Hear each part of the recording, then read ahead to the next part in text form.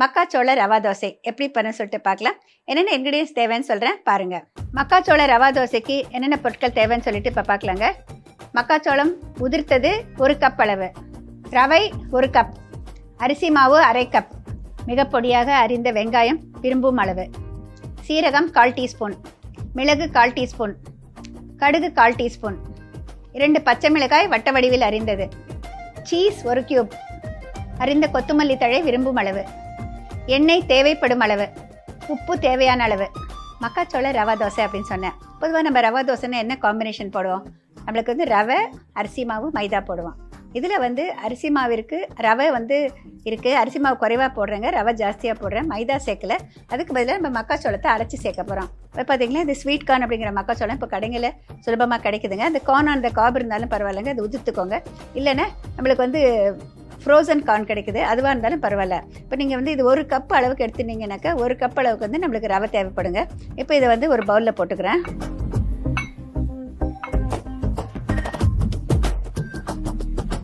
இப்போ இதை வந்து தண்ணி சேர்த்து அரைக்கணும். நம்ம வந்து ஓரளவுக்கு தண்ணி ஊற்றி கொடுக்குறேன்.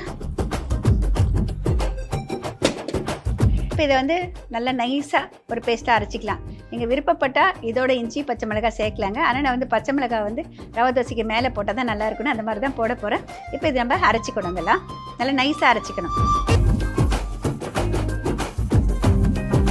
இப்போ இந்த மக்காச்சோளத்தை அரைச்சாச்சுங்க. இப்போ இதோட கொஞ்சம் தண்ணி சேர்த்துக்கலாங்க. நம்ம இந்த மாவெல்லாம் போட்டு கலக்கிறதுக்கு தகுந்த மாதிரி போட்டுக்கலாம். இதுக்கு தகுந்த மாதிரி உப்பு போட்டுக்கலாம்.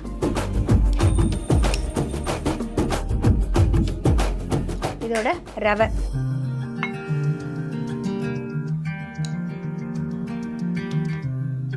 அரிசி மாவு, ரவையை விட அரிசி மாவு கொஞ்சம் குறைவாக சேர்த்துக்கலாம். நல்லா கரைச்சிக்கலாங்க. கொஞ்சம் நல்லா நீர்க்க கரைச்சிக்கணும். எப்போவுமே ரவா தோசை வந்து நல்லா நீர்க்க இருந்ததாங்க நல்லாயிருக்கும். தோசை மெல்லிசாக வரும். அதுக்கு தகுந்த மாதிரி தான் நம்ம கரைச்சிக்கணும்.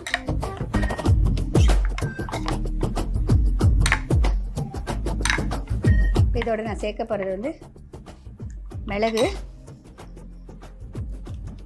சீரகம், பச்சை மிளகாய், கொஞ்சமாக கொத்தமல்லி தழை,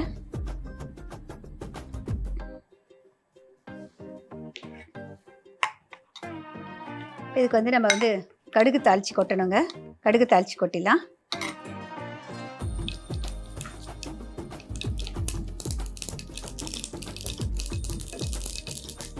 நல்லா கடுகு வெடிச்சிருச்சு.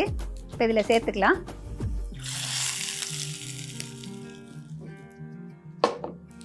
அது மாவு பார்த்தீங்கன்னா திக்காக இருக்குங்க. இன்னும் கொஞ்சம் தண்ணி சேர்த்துக்கலாம். இந்த பக்கம் தோசைக்கல்லை வச்சிடறேன்.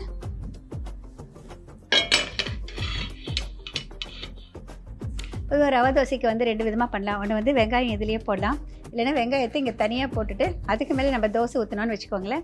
கொஞ்சம் நல்லா கண்கண்ணாக வரதுக்கு ரொம்ப ஹெல்ப்ஃபுல்லாக இருக்கும். அனதர் திங் வந்து இப்போ நம்ம இதில் வந்து கொஞ்சமாக எண்ணெய் சேர்க்குறோம் இல்லையா, தாளித்து கொட்டுறதுல. அந்த எண்ணெய் வந்து இது மத்தியில் இருக்கிறப்போ நம்ம நல்லா இப்படி கரண்டியில் கலந்து விடுறப்போ அது மத்தியில் வந்து அந்த எண்ணெய் வந்து காற்று குமிழியில் வந்து உள்ளடக்கி கொள்ளும். அதனால் வந்து நம்மளுக்கு வந்து கண்கண்ணாக வரதுக்கு ரொம்ப ஹெல்ப்ஃபுல்லாக இருக்கும்.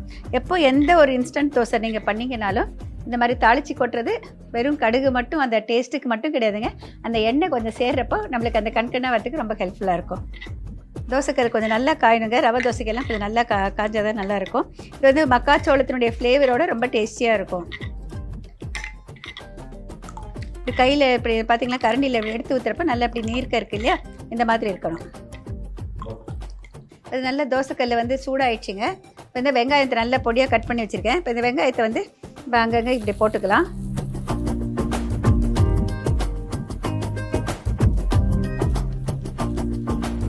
இந்த மாவு வந்து அதில் கரண்டியில் எடுத்து ஊற்றிக்கலாம்.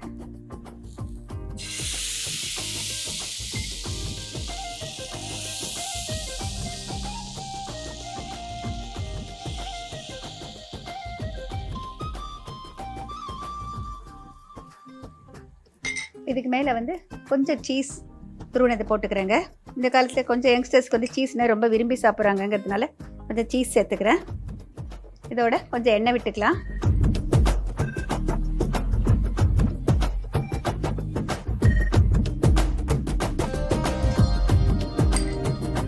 மூடியால் மூடிடுறேன். கொஞ்சம் மீடியம் ஃப்ளேமில் வச்சுட்டு நல்லா கீழ்பாகம் வேகணும். அதே நேரம் அந்த சீஸ் மெல்ட் ஆகணும், கொஞ்சம் கிறிஸ்பாக வரணும். அது வரைக்கும் நம்ம வச்சுட்டு அப்புறம் எடுக்கலாம். வெந்திருக்கான்னு சொல்லிட்டு பார்க்கலாம். கவனம் தேவை. எப்போதும் போல் திறக்கிறப்ப மெதுவாக எடுங்க.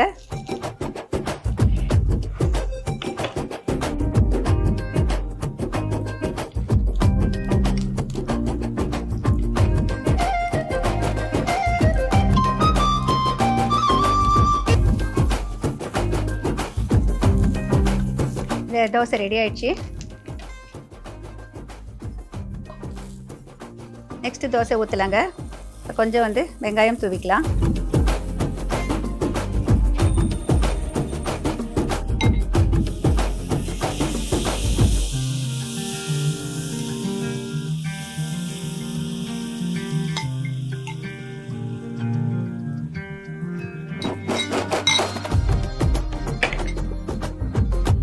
இந்த சீஸ் போட்டுக்கலாம்.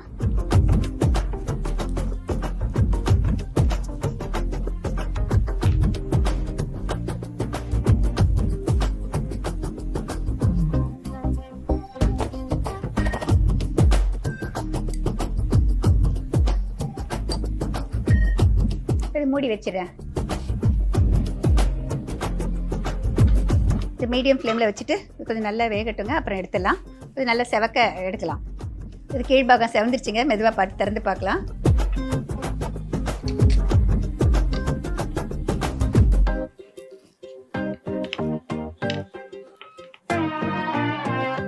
இப்போ இந்த தோசை ரெடி ஆயிடுச்சுங்க.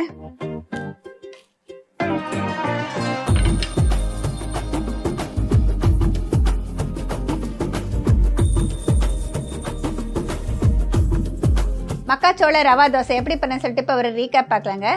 மக்காச்சோள விதைகளை தண்ணி ஊற்றிட்டு நல்லா மிக்சியில் நைஸான விழுதாக அரைச்சிக்கணுங்க. அரைச்சிட்டு தகுந்த அளவு உப்பு சேர்த்துக்கோங்க. எந்த அளவுக்கு மக்காச்சோளம் எடுத்துக்கிங்களோ அந்த அளவுக்கு ரவை தேவை. ரவை எவ்வளோ எடுத்துக்கிங்களோ அதில் பாதி அளவு அரிசி மாவு எடுத்துக்கோங்க. எல்லாத்தையும் சேர்த்து நல்லா நீர்க்க கரைச்சிக்கோங்க. மிளகு, சீரகம் அதோடு சேர்த்துருங்க. பச்சை மிளகாய் பொடியாக கட் பண்ணது, கொத்தமல்லி தழை எல்லாத்தையும் அதில் சேர்த்துருங்க. கொஞ்சம் எண்ணெயில் கடுகு தாளிச்சிட்டு அந்த மாவில் சேர்த்துக்கோங்க. மாவு நல்லா நீர்க்க கரைச்சிக்கணும். இப்போ ஒரு தோசைக்கல்லை சுட வச்சுட்டு பொடியாக கட் பண்ணி வச்சுருக்கிற வெங்காயத்தை அதில் சேர்த்துக்கோங்க. அதற்கு பிறகு நம்ம இந்த கரைச்சி வச்சுருக்கிற மாவுலேருந்து எடுத்துட்டு நல்லா சுழற்றி ரவா தோசையை ஊற்றுங்க. மேலே சீஸ் துருவல் போட்ட பிறகு கொஞ்சமாக எண்ணெய் விட்டுட்டு மூடியால் மூடிட்டு மிதமான தணலில் கீழ்பாகம் நல்லா செவக்கிற அளவுக்கு வைக்கணும். அதுக்கு பிறகு எடுத்து திருப்பி போடாமல் அப்படியே பரிமாறணும். மக்காச்சோள ரவா தோசை ரெடி. பொதுவாக இந்த மாதிரி ரவா தோசைக்கு சீஸ் போட்டு கொடுத்தீங்கன்னா குழந்தைங்க ரொம்ப விரும்பி சாப்பிடுவாங்க. இதுலேயே ட்ரை ஃப்ரூட்ஸ் போடலாம். ஒவ்வொரு தடவையும் விதவிதமாக கொஞ்சம் வித்தியாசமாக பண்ணி கொடுக்கலாங்க. குழந்தைங்க மட்டும் இல்லை, பெரியவங்களும் விரும்பி சாப்பிடுவாங்க. மக்காச்சோள தோசை ரவா தோசை செய்கிறது ரொம்ப ரொம்ப சுலபம். யார் வேணால் எப்போ வேணால் பண்ணிடலாம்.